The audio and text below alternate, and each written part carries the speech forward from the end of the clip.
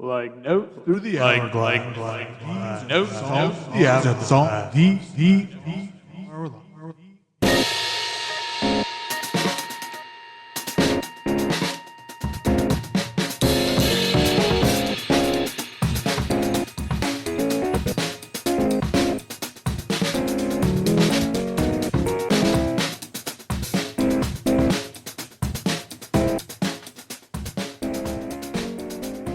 Hello and welcome to the latest episode of Songs of Our Lives. I'm Brad Rose. I'm an artist, a composer, a writer, the founder of Foxy Digitalis, and someone who thinks about music and sound far more than is healthy.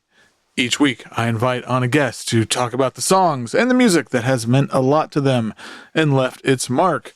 Previous guests include Marissa Nadler, Ethan Miller, Glenn Donaldson, Charmaine Lee, and so many more. But this week, I am very excited to have Gabriel Birnbaum of the band Wildermaker on. That's kind of a mouthful. I've known Gabriel for a while and been a fan of Wildermaker for a while, but the thing that kind of really prompted me to want to do this is they've got a new record coming out on September 19th on Western Vinyl.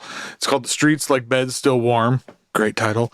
And it's the first record in a trilogy of albums that basically it follows the sort of protagonist of this story, this narrative, whatever, basically from dusk till dawn, like in one night. And I am a sucker for things like that, but the way that kind of the choices that they made, like putting this record together and the sort of sonic world that it inhabits and the way it tells that narrative in musical form, at least across the first record. I haven't heard the other two, obviously. Man, it is my kind of thing. I've been listening to it a lot, really enjoying it. And so it's like, hey, I got to talk to Gabriel about this, learn more about it. And yeah, it tied in really well. So, we had a great time recording this episode, and I really hope you check out the record. Like I said, it's out September 19th, but you can pre-order it now. Link in the show notes. And hey, hope you enjoy the episode.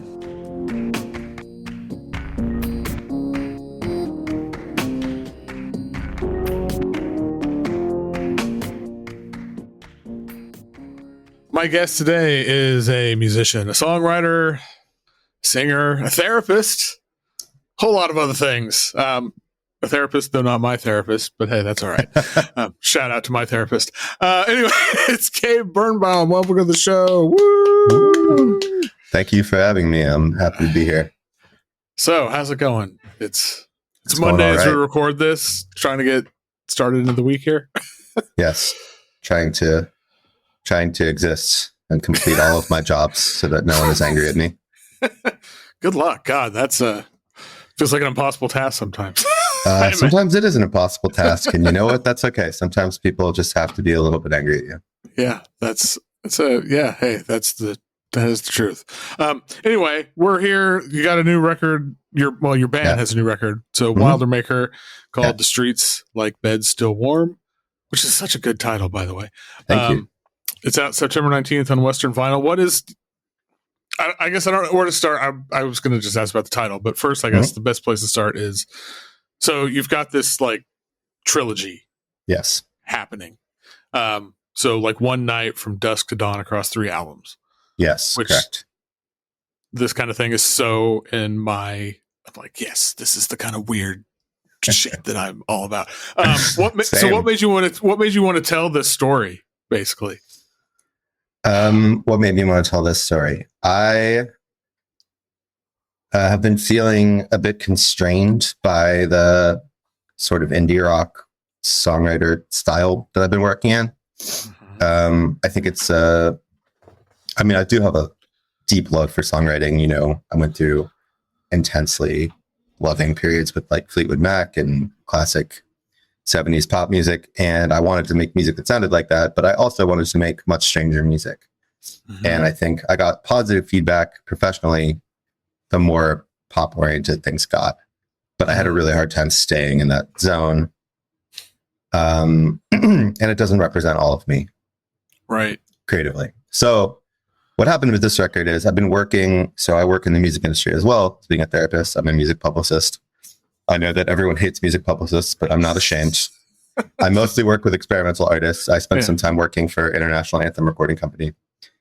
And one thing that I loved about working with them is that so many of their records were made in this beautiful way where the artists would improvise together and then things would be kind of like retroactively carved into a shape that would make a beautiful record. Sometimes improvise over again, you know, but it was an interesting way of working, and it's completely different from how I've always worked. I've always written the songs. I bring them to the Wilder Maker, to the band. We arrange them, we record them mostly live in a room, and then we do some overdubbing. So I had this idea of a different process in mind. And then this time, my band also is on tour all the time with other people. So everything kind of came to a head, and we basically had 2 days in which we could all be in the studio together, and they were very soon from when I made the inquiry to the band. So I was like, okay, it's time for this idea. This is the moment. So we improvised in the studio together for like 2.5 days. And it was astonishing how much material came out of it. I wound up, even after I edited it severely down, I wound up with 2 hours of music that I really loved. Wow. And I sent it to Western Vinyl, who signed us off of Male Models, the last record, which is a very pop-oriented record. Very tight songcraft oriented music. And Brian was, to his credit, in spite of his immediate disappointment that it sounded nothing like the band, spent some time with it and got really into it, and he got really excited about it and has been incredibly supportive. So he agreed to put out the whole shebang. Man. Yeah. And anyway, so you asked me what made me want to tell this sort of story, this dusk to dawn thing. And I think the process that we used with the improvisation really inspired me to go. I had to go outside, way outside what I was comfortable with, process wise. I was doing a lot of editing of audio in Logic, like editing of live sessions with a million microphones, just not my strong suit, not my experience place. And like condensing improvisations. I don't know. I was like out of my comfort zone the whole time, which was very painful, but also great. And I think training to be a therapist is so helpful for that, because your job is to be uncomfortable, like as much as possible, and to be really tuned into that discomfort. Yeah. So it made me want to think about things that I don't address during songwriting because maybe they're too uncomfortable or they're too difficult. So there's a lot of like family, illness, death, mental illness, but in like a different way from usual. I don't know, like dark impulses. I have the whole thing is a very film noir kind of coded story to me, in which the protagonist, something that I think we all deal with all the time, right? We're in this world where horrible things are happening constantly, which we're always aware of. And we're trying to be good people in this really messed up world. And the world is corrupting us because you can't be distraught all the time. You can't function. Yeah. So you wind up ignoring, child murder and genocide because you don't know what else to do. Sorry, this is heavy stuff. So it's like, how do you exist in this corrupt world and not become corrupted by it? Which is usually what happens to the film noir protagonists, Right. Man. Yeah, no, I mean, that's like hearing you explain this. I'm like, oh, no wonder I'm like, so, because I've really enjoyed like the Wilder Maker stuff for a while, but this one kind of, it's very different. And I connected with it in an unexpected way, really. Like whenever, it came through my inbox, I was like, oh, cool. Next. And then read the thing and listened to it. I was like, wait, what? But hearing a lot of what you're saying, I mean, that's like something I've been thinking about so much this year I began this year, like someone I'm working with through this sort of mentorship coaching thing. The very first thing I talked to them about was like my mantra for this year. The thing I've been telling myself is like, being uncomfortable is okay. Being uncomfortable is okay. Because like in my creative practice and so much of my world this year, especially, I've been uncomfortable. I've felt unmoored and like I'm not used to working that way creatively. Yeah. And so finally, like, being okay with it, then, like, sort of, it was like this, then the floodgates open. It was like, oh my God, like, now I know what I'm doing. I want to do, and it's, you know, I won't get into all that, but yeah, that's really, it's amazing how, like, what we can find when we just put ourselves in these, like, places or spaces or head spaces, whatever, that are not comfortable. Yeah.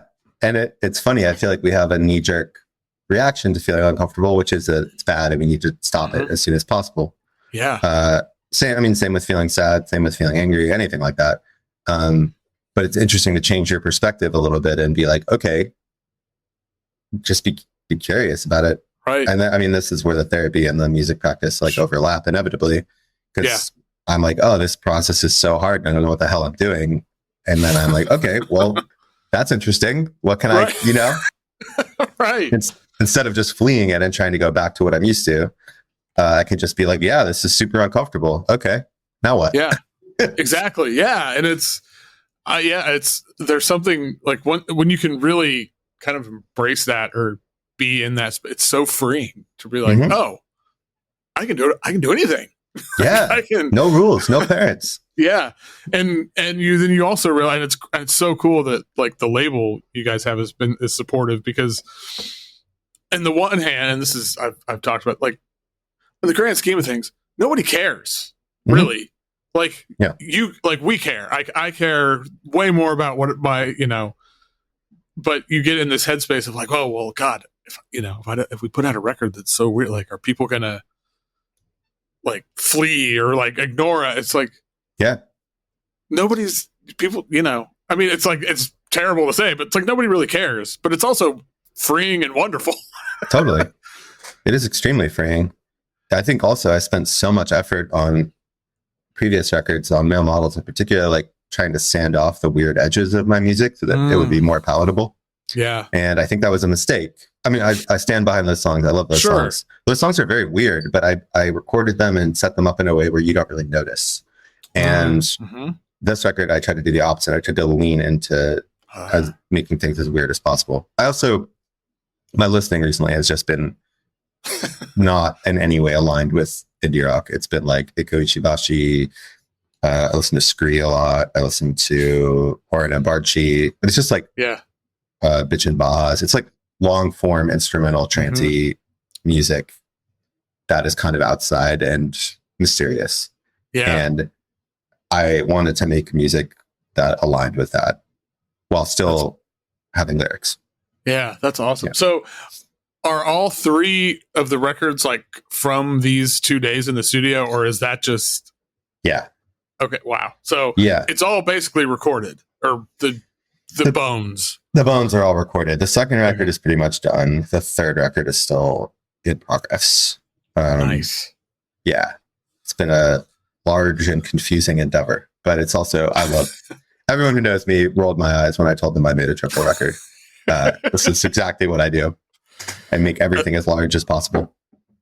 Hey, I was having a whole lot of conversations this weekend after watching this performance film anyway, but about sort of the nature of spectacle in experimental music and performance and how we need more of it. Like, it's fun. Yeah. It's engaging. It is. Like, it's fine to go. I go to plenty of shows where it's just somebody up on stage turning some knobs, and it sounds great. But it's like, give me something weird. I don't know. Put on, like, even just put on a fucking robe and have some, like, hold up some neon colored flag. I don't know. Like, I'm just pulling shit out of my ass here, but try it. Yeah. The world's falling apart. Get weird. Try weird shit. Yeah. I think there's this idea of cringe keeps coming up recently in my life as a theme. I have a lot of clients who are afraid of being cringe and they constrict themselves because of that. And I do it, certainly.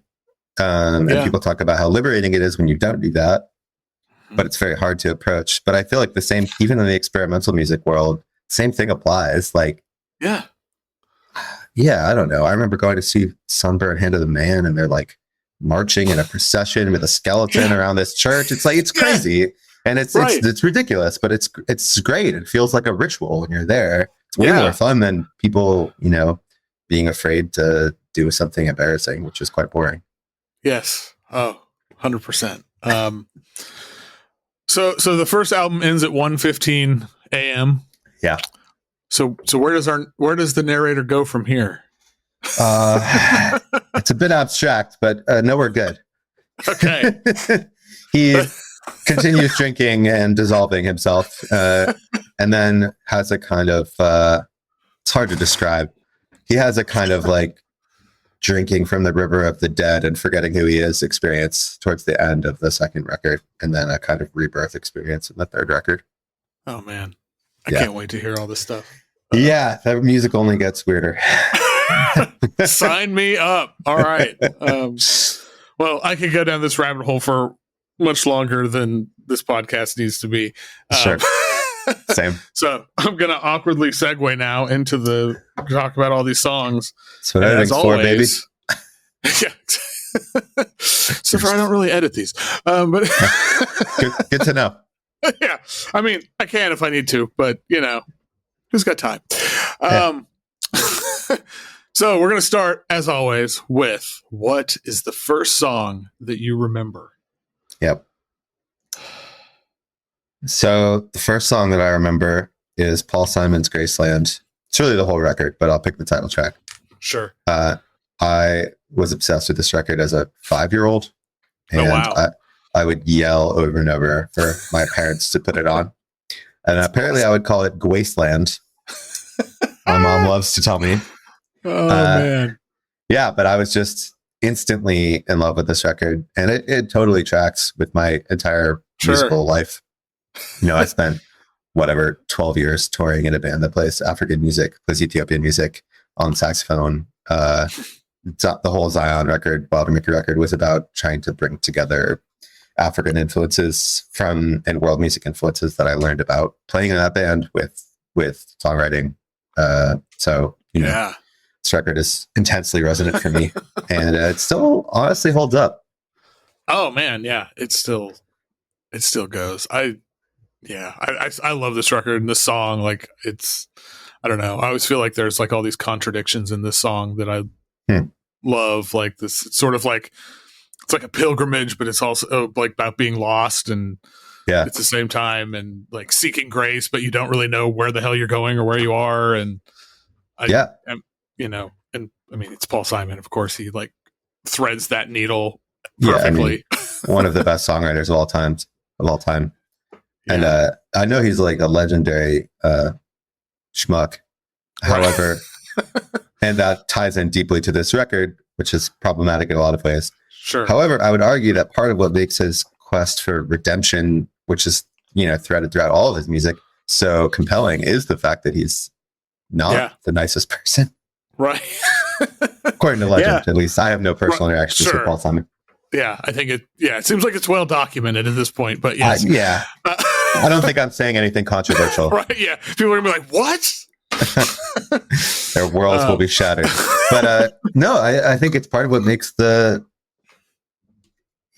quest for redemption so compelling, is that it's so hard to be redeemed as a person who's constantly doing. I mean, not all of us are misbehaving in the same way, but we all struggle. Yeah, no, I mean, I think that sort of messiness is, I mean, I don't know. Yeah. If it was all like tied up in a neat little bow, it'd be a lot less compelling and we wouldn't. Yeah. The messiness is wonderful. Yeah. But I think we have a hard time embodying that now. Well, it's just it's a different world. It's a very different world. And I don't want to be mean to people. Right. Allegedly. What is a song that either makes you cry or it makes you like feel some kind of way? Yeah. So Bill Callahan's cover of Kath Bloom's song "The Breeze, My Baby Cries," which was on this compilation where all these people cover Kath Bloom. Had you heard this before? Yeah, that compilation and that whole thing is. I mean, Kath Bloom is. I know we're going to talk about Bill's version because it's incredible, But like Kath Bloom is, I feel like one of the most underappreciated songwriters in the last 50 years or something. She's so incredible. Yeah, I think the reason the song destroys me is the writing. The writing is just unbelievably good. And it does this thing that songs can do at their best, which is that it adds up to so much more than what it seems like. Mm-hmm. Like the lyrics seem straightforward in some ways, but they're just like, man, it's like every other line just oh. I know. Just keeps like turning the knife deeper and oh deeper. My God. It's so hard to tell where I end and my father begins. Like, right. Oh my God. Like people like us, we can never win. Like, man, and that just there's this thing, the porcupines, I forget, I think it's a Schopenhauer thing, but it's like they want closeness, so they move together, but then their quills prick each other and they have to move apart, but then they want closeness and they move together, and then on and on forever. And this is people. And that is what this song is about, just like not knowing, like wanting so badly to love someone the right way and not being able to do it. Oh man. And no, that's like so well put. And I think, and like the thing, like Callahan's version gets like I feel like he finds that and this is sort of his, I feel like his superpower, like that sort of exact pressure point between like that tenderness and closeness, but also distance. Mm-hmm. And like, and the way, and then you take that, which is what the song feels like it's about, and then you put it, and it's just like, Jesus Christ. Like, yeah. I wonder if he picked this, or if this was like someone was like, "Hey, Bill, you should cover this." I'm curious. It's such a perfect match. Yeah. His delivery on this is incredible, and I have many vivid memories of crying to this song.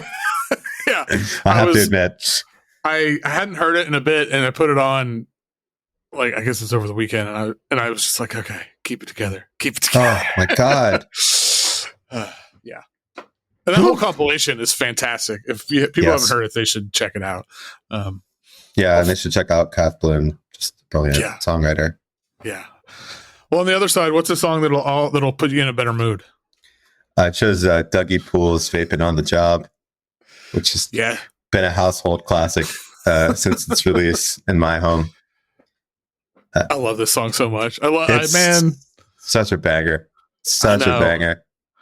I always feel like this song it's like there is an alternate timeline out there where this was like the biggest country radio hit in 1985 or something. Yeah.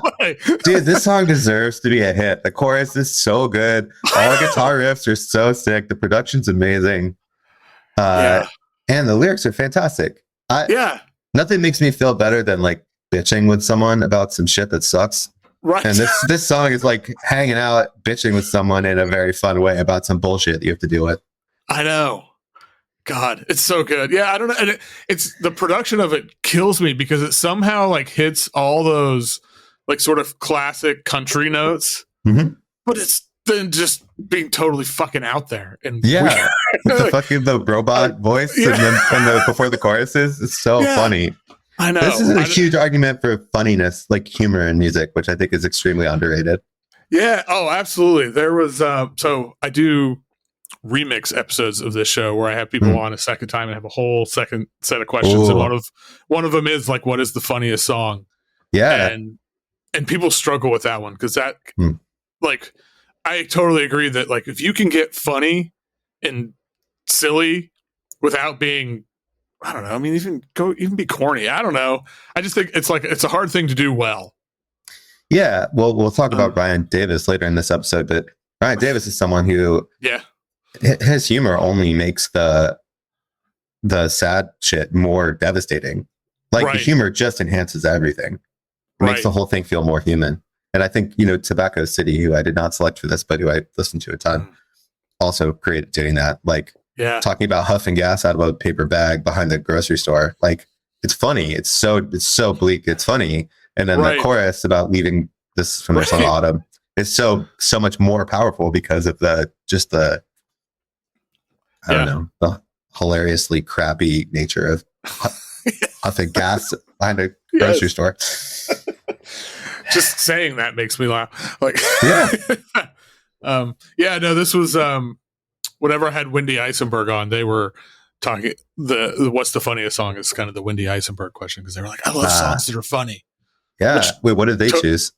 Well, I haven't had them on for the remix thing. Okay. We just kind of got, I don't remember what we were talking about, but, you know, and it felt like I was like, yeah, because Wendy's music often has, I feel like, a humor to it in a really clever way. So, yeah, I have so many good memories of driving on the highway, listening to Vaping on the Job also.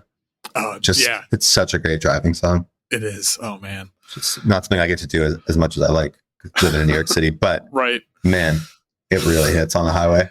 Yeah. Everybody listening, if you get on the highway next time, throw this record on, especially this song. Yeah, the whole record is honestly just amazing. All right, everybody's favorite question. I know you loved this question. What is objectively the best song of all time? Yeah. Son of a bitch. I'm just gonna go with my first thought, which was Bonnie Raitt, I Can't Make You Love Me. Yeah, dude. I just don't think that you can do anything better than this. You could do something, maybe someone could do something as good, but it's hard for me to think of anything that's not perfect about this song and the delivery and everything. Yeah.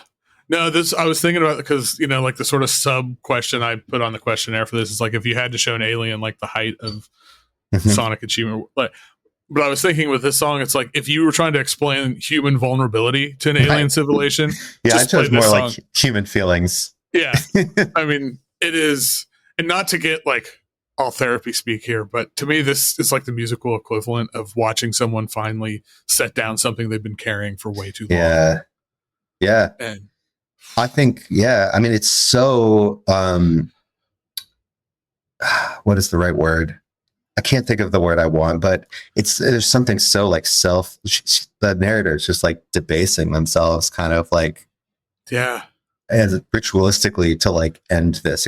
I don't know. It's so fucking sad. Like, I know.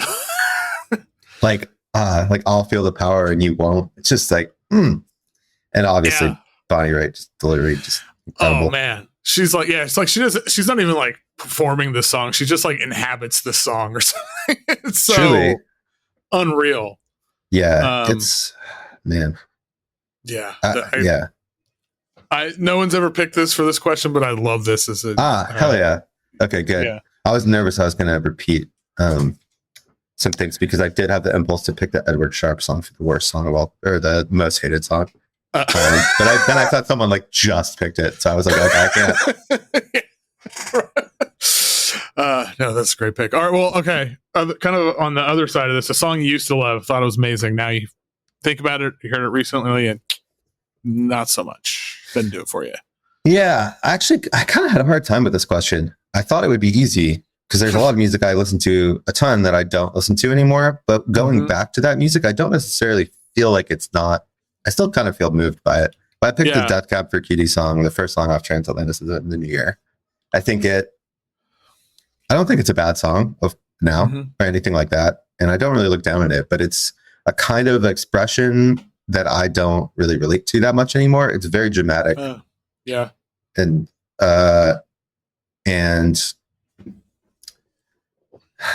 it's, I don't know, it's kind of self-involved in like a teenage way, which is not bad. Like people love that shit and it does fulfill a need. I just don't think that I have that emotional need anymore as an adult man who's almost 40. And I kind of missed the boat on Death Cab for Cutie. I don't know. I think I'm 46. So I'm a little bit old. I think I was like too old when it came out, and I felt, I don't know. I imagined had it come out when I was a teenager, it would have been a different story, or at least younger. Well, I will expose myself here and say that I was exactly the right age to be in high school when Garden State came out. And I remember distinctly a friend of mine being like, dude, check out this trailer. This movie is going to be amazing. And I was like, oh my God. Fully. I was all in on it. And we watched it and we thought it was amazing. We loved it. And so I listened to that, some Postal Service because of that. And then I listened to some Death Cab from that. And I feel like I associate all of this music kind of together for the most part with like things that even at the time, I think I had an awareness that was kind of it felt indulgent in a not a good way to me. Yeah. But I would sometimes, if I was feeling really self-pitying, which I often was in high school, I would go to bed listening to this record.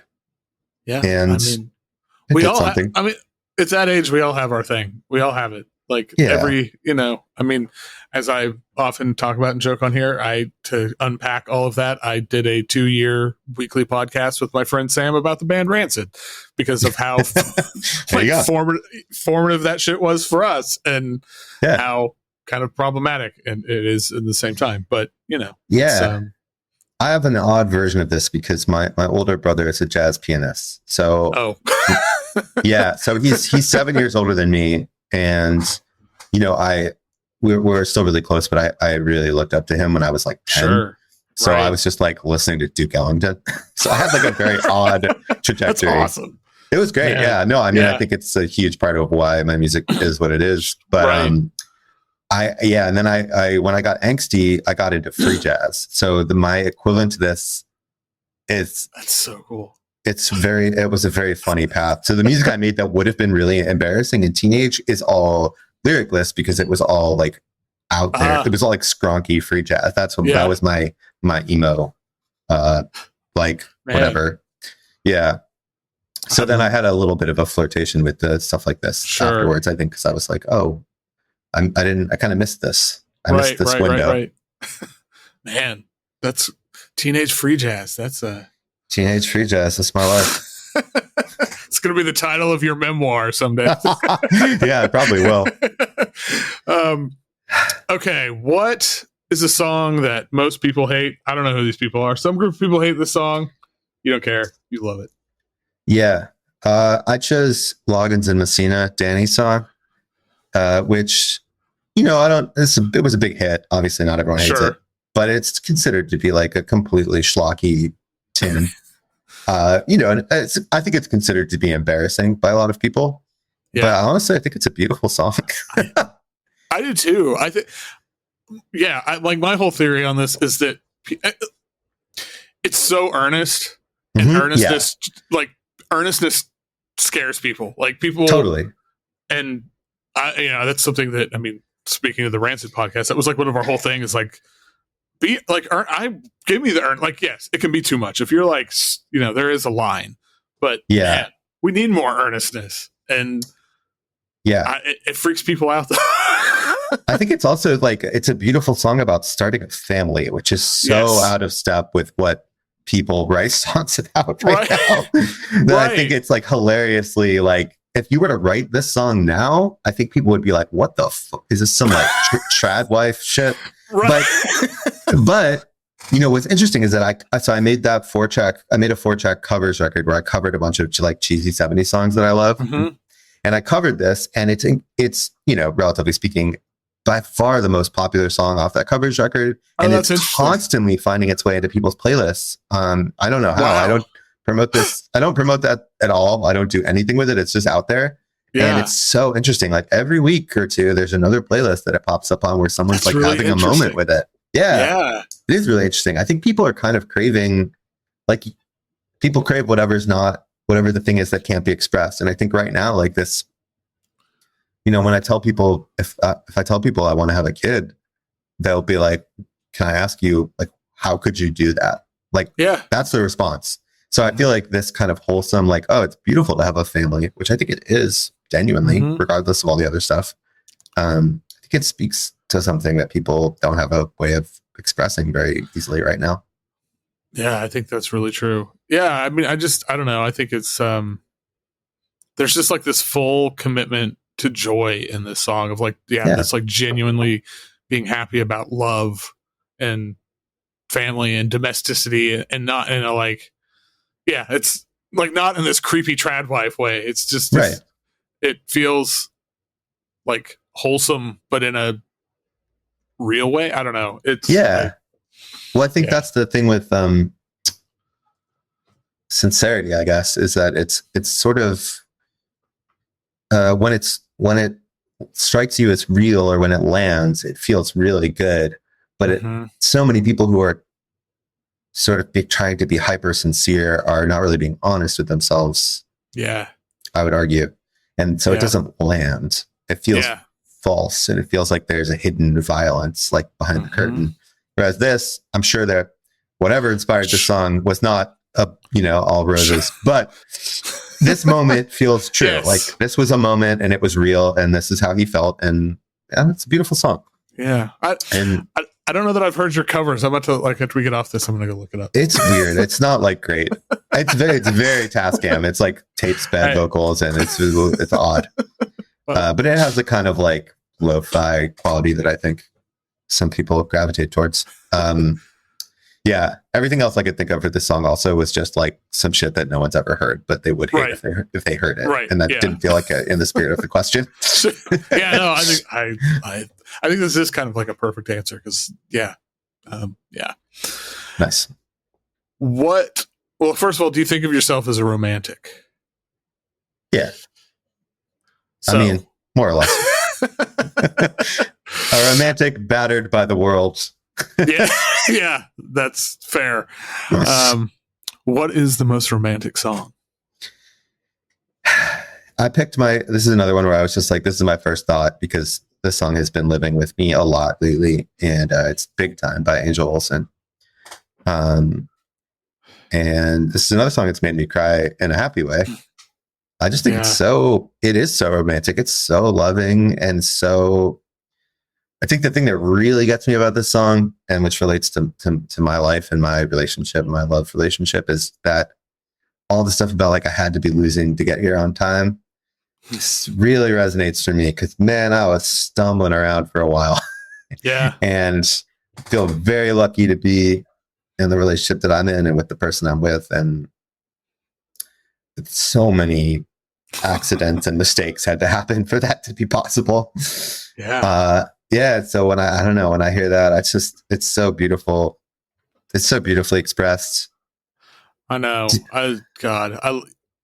I relate to that too. Like, I mean, I've been with my partner for 22 years now. Oh, nice. And there's something about this song that's like, because like so many romantic songs are about like falling in love, and I understand that, but like this is, to me, this song is more about like choosing to stay, and like, and I don't know. I think there's in some way there's like this nice connection to Danny's song where it's like there's this kind of mundane thing that is like that's the real romance, right? And it is.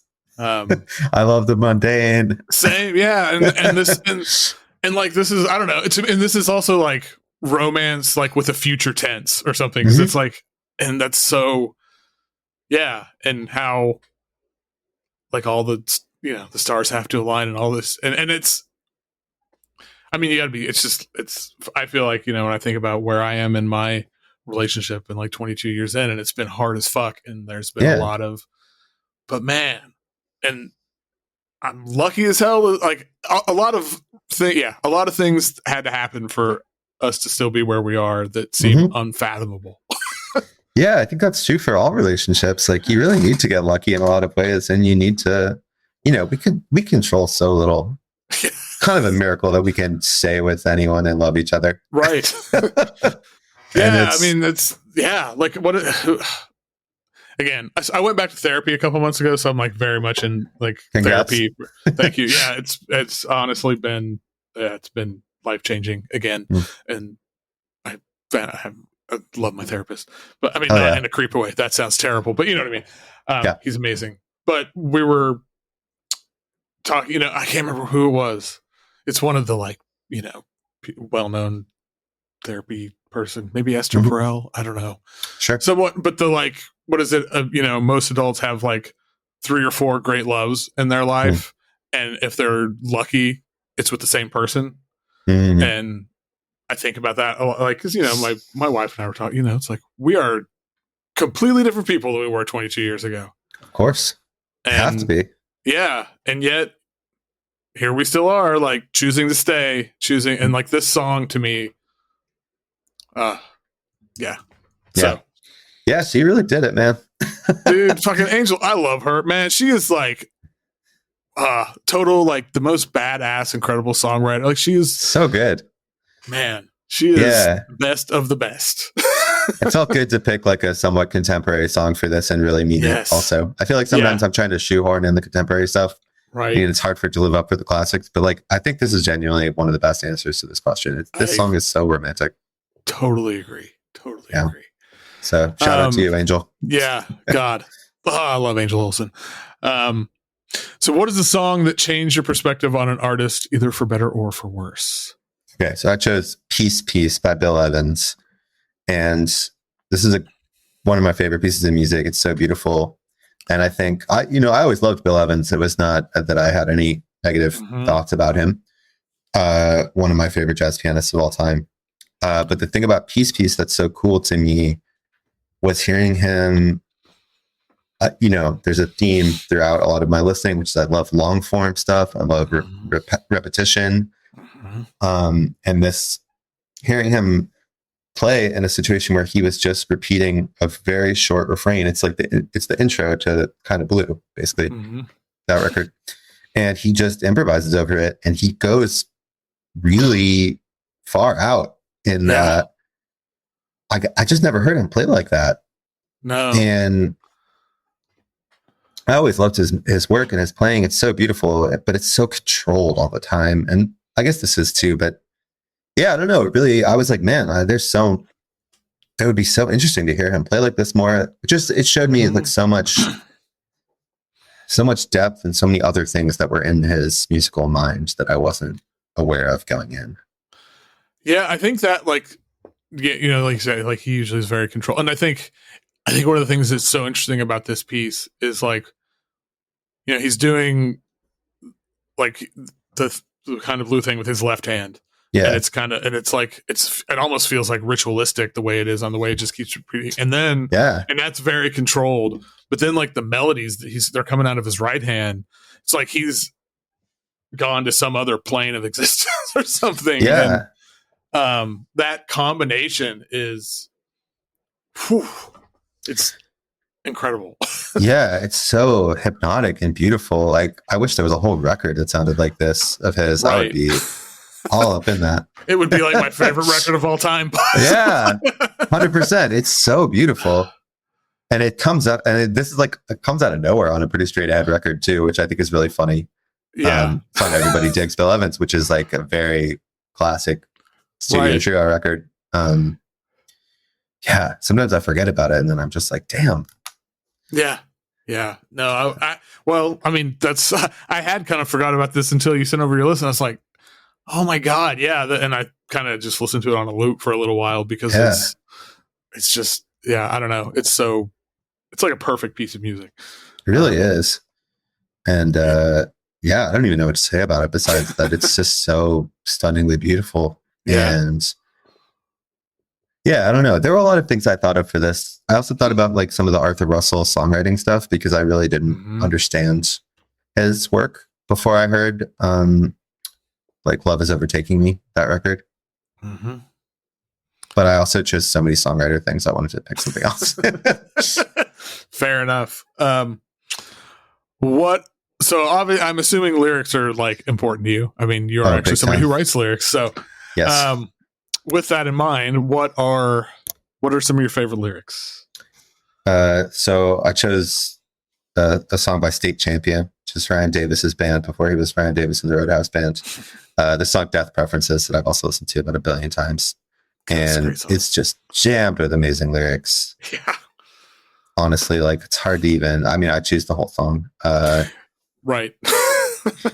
He's an unbelievable lyricist. I think he's my favorite contemporary lyricist. And him and Billy Woods, it's totally across the spectrum, are my two favorite lyricists right now. And man, I don't know. He's just an absolute master. The lyrics are both incredibly fun, like language-wise. Like another enemy smoked in a brotherly scuffle. Like, how fun is that to say? It's so fun to say. and also like poignant and beautiful, and they're funny. This whole record really, it came out around the same time as Zion. That's how I found out about it. It's because some of the same writers wrote about both. And I was like, nice. This sounds like interesting and like a sort of cousin to what I'm doing. And I just totally fell in love with this record, Send Flowers. And I've been following Ryan since then. And I actually tried to get him to sing on Male Models, and he was interested, but then some shit went down in his life, and he wasn't able to do it. Yeah. But yeah, I think my fiance's favorite lyric, one of her favorite lyrics of all time, is "It's Saturday night, it's Sunday morning, everybody's parking at the bank." It's so good. So good, man. Yeah, he's incredible. I'm so glad to like see him like getting his flowers now. Oh my gosh, it feels amazing. Like, yeah, it's like one of the sort of music stories of this year. It's like, okay, it's not all bad news. No, I feel the same way watching him get this press cycle where everything is just popping on this record, and I'm just like, man, couldn't have happened to someone more deserving than Ryan. Yeah, he's just been making amazing music for however long, 15 years or something longer. And you know, it's sometimes a critical darling, but I feel like this is the first time where everyone I talk to about the record is like, oh yeah, I heard about this. Right. Instead of like, oh wow, this is amazing. I can't believe I hadn't heard about it, which is what I feel like I used to get when I talked to people about State Champion. Right. Yeah. No, I think a friend of mine who's like not, you know, obsessed with music, like was like telling me about it. Like, I mean, it was like, that's the real thing. Have you heard this thing? I was like, yes. God, it's happening. I remember going to see a Big Thief play a house show before they blew up, and a friend of mine who is not a music person was with me, and he was just talking my ear off about how great it was afterwards. And I was like, okay, yeah, this is going to happen. And then it sure did. I love that. It's the best. What song have you or can you listen to the most? Yeah, I picked Dave Douglas, Charms of the Night Sky. This is a record I found at a used CD store called Stereo Jacks in Cambridge, Massachusetts when I was in high school. I bought so many CDs there that they offered me a job. Love that.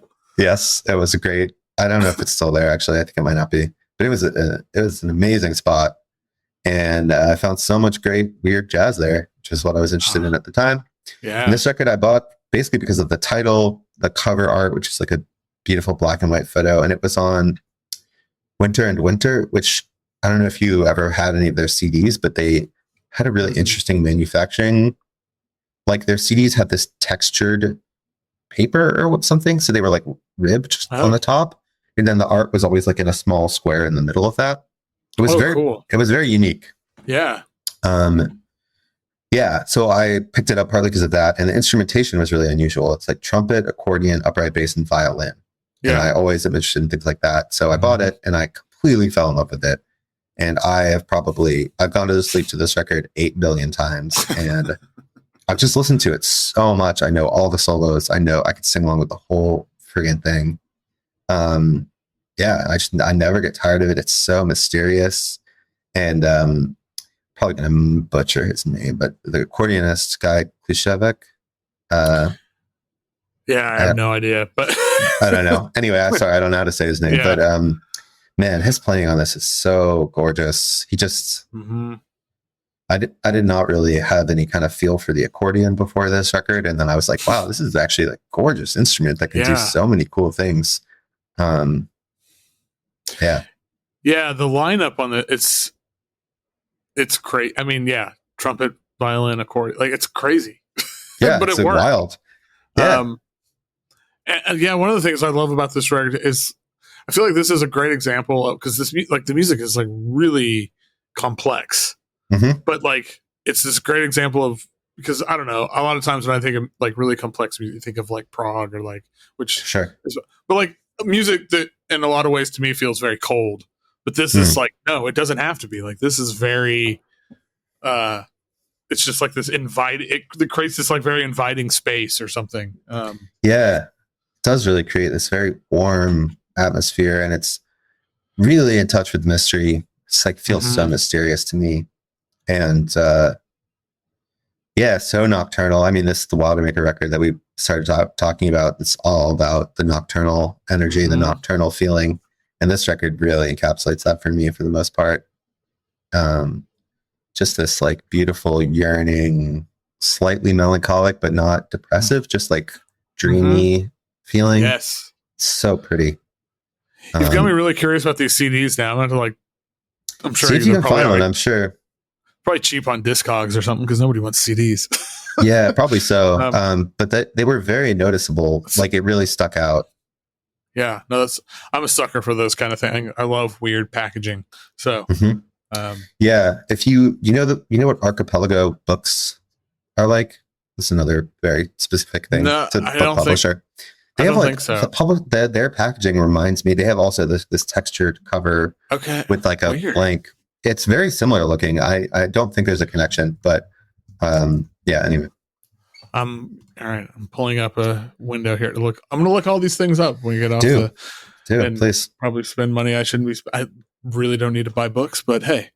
Well, whoever needs to buy books, and yet here we are buying books. Like one of, in my opinion, greatest used bookstores in the country is 2 hours from here in Fayetteville, Arkansas. Oh, really? And we went there a couple weeks ago. Like my daughter and my parents and I. My parents had never been there, and it's one of my daughter's favorite places. So we were like, all right, let's go. And my wife was out of town, so she couldn't go. And then we went, and I was pretty good. I only bought like 7 books. And then as a week and a half later, my daughter's like, well, I'm really sad that Mom couldn't go. So we took another trip. 7 more books. Yeah, I think between the 3 of us, we came home with 30. So, but it's like, we spent like $90 or something. And it's like all these, so I need a new bookshelf before I buy more books, but I think can't help it. I'm in the same boat. Yeah, I need a new bookshelf. But I never feel bad about buying books. I mean, no, books and like physical media and in general, like, hey, buying art.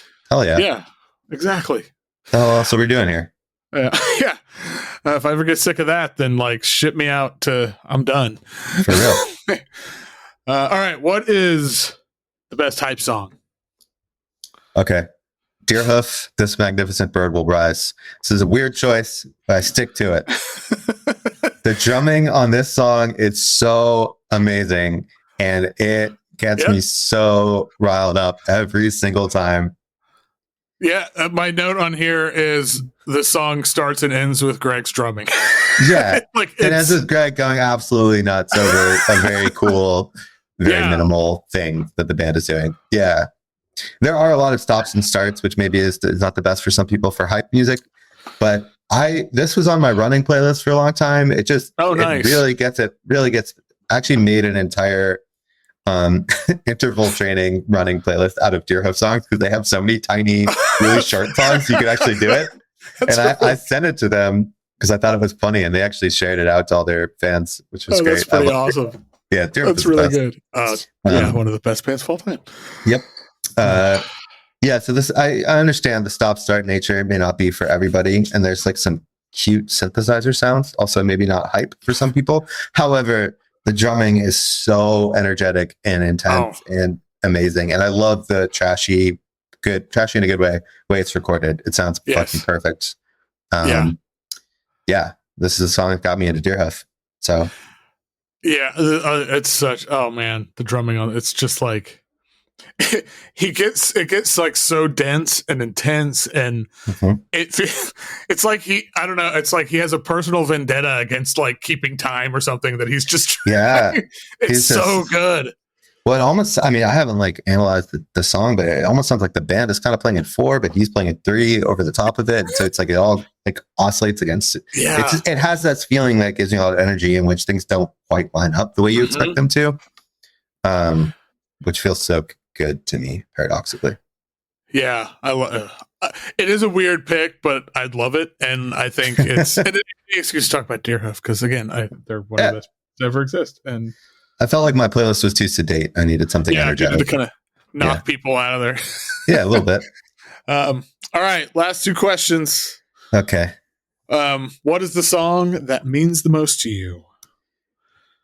So I chose Sandro Perri's In Another Life. There are about 7 million songs I could have chosen for this. Obviously, it's an impossible question. These last 2 both are. But this song really hit me when it came out. And I have very specific associations to it of being in our apartment in Flatbush. Like it was one of the first days of autumn when like the first day you can smell autumn in the air. you know? Mm-hmm. The window was open and I was chopping vegetables, cooking dinner, and I was listening to this song pretty loud. And I was with my partner and our cat. And man, I was just like, this is my life. Like, this is really it. These are the people I'm going to be with, or this is the person I'm going to be with. And like, this is real. This is it. It was an incredibly beautiful feeling and also kind of surreal. And I think, yeah, something about it was like so wonderful to feel that way, and also sad a little bit at the same time, as it always is, because whatever your life is, it's not all the other things that it could be. And we live alongside all of those alternate selves that don't really exist or don't get fleshed out. So I think I was feeling both of those things at the same time. Man, like, yeah, that's really beautiful. And I think, this, like, just thinking about the song and like thinking about what you're saying, I think that's like really, I think there's like a real connection there. Cause like, to me, like, he had like this song especially, but like he has this ability to sort of take these sort of small, like intimate moments and make them feel sort of cosmic. Yeah. And,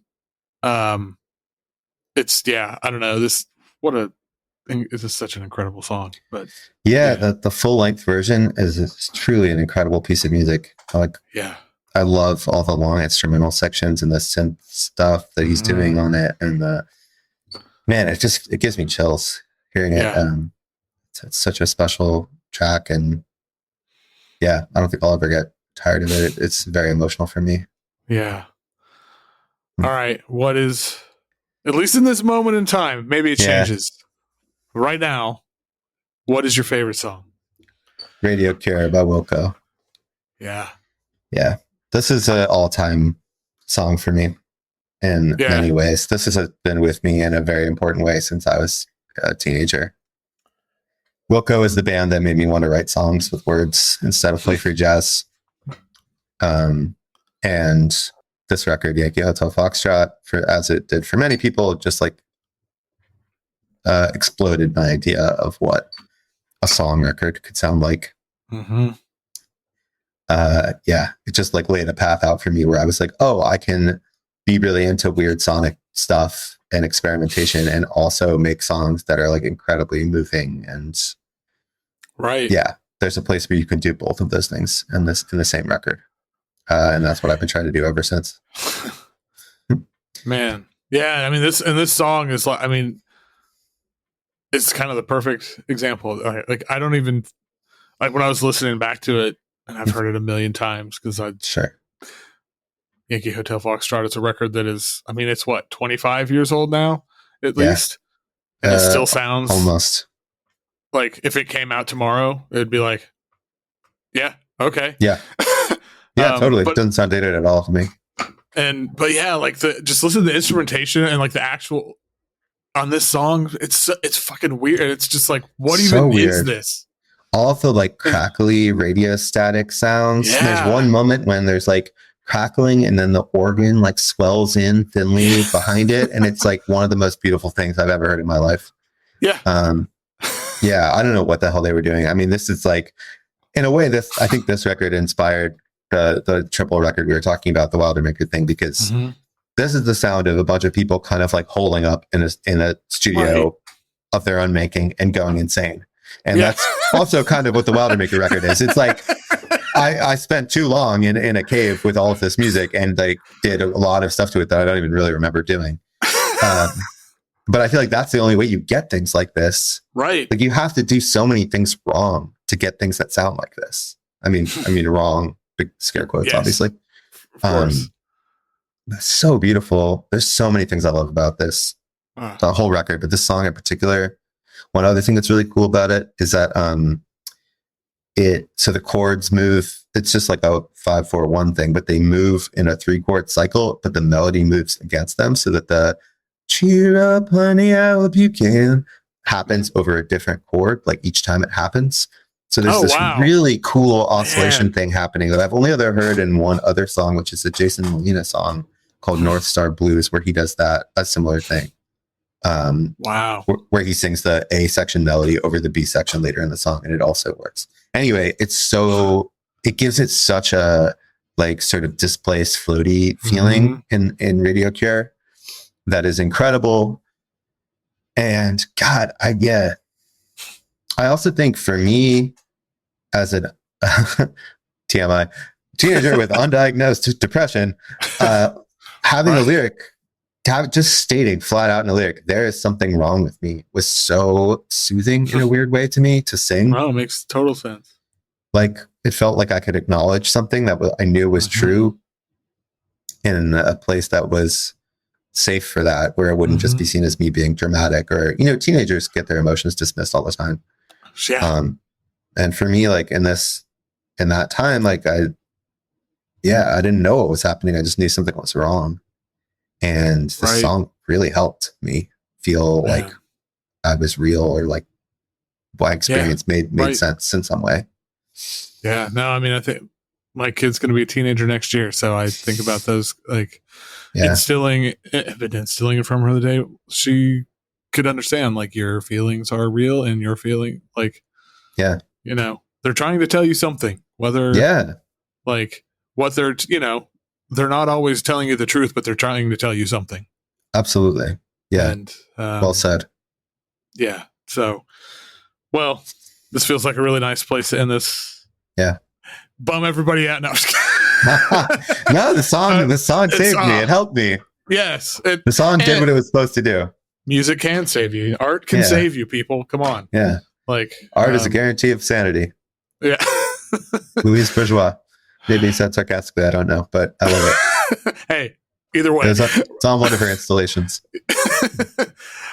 So the streets like beds still warm. Yeah. September 19th. Go pre-order it.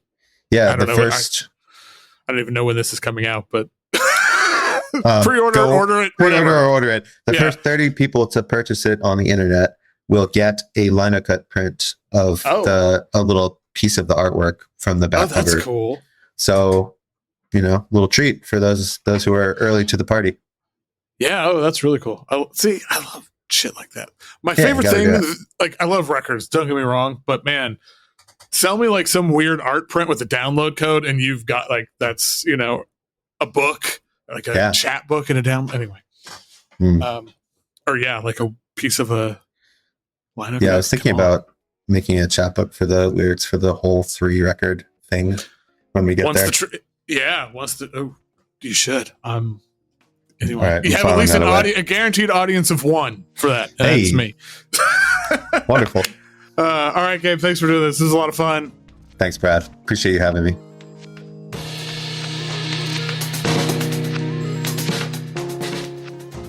Once again, thank you to Gabriel Birnbaum of Wildermaker for taking the time out of a very busy schedule, all the many hats he wears, my God, and torturing himself basically to pick songs for this list. He kept telling me how hard it was, and I was like, yeah, good.